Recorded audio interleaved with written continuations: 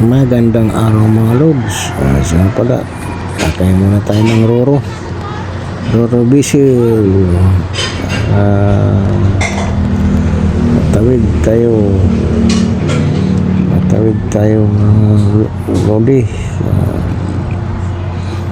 Via Paskat Bisil tayo mga lods. Loading.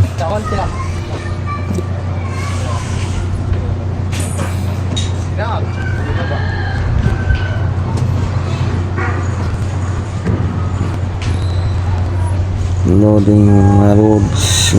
Maya aalis na to.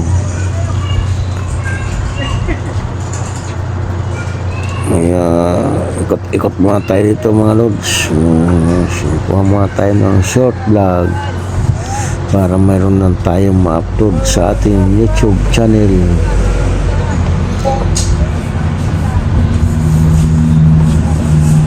Shout out tayo mga lods. Saan man tayo naroon, lahat sa mga ating mga kawawayan mga Pilipino. Ito mga lods, patawid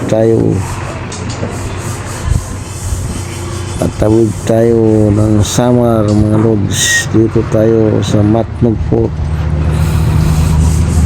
gagaling. Ito loading pag napuno to sa kaalis.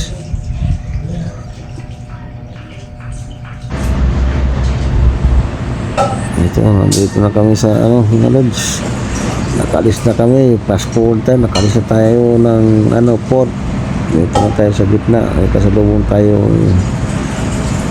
Paskat din mga lods. Parang inaano yung laot.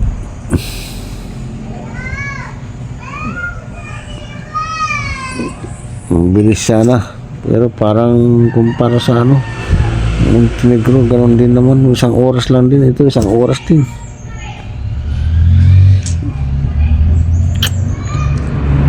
Medyo mataas ang pamasahe dito mga lods, kaya bihirang nagpapaskat. Kahit sa tao, pagka doon ka sa may aircon, additional ka ng 30 pesos. Pag doon ka umupo sa naka-aircon,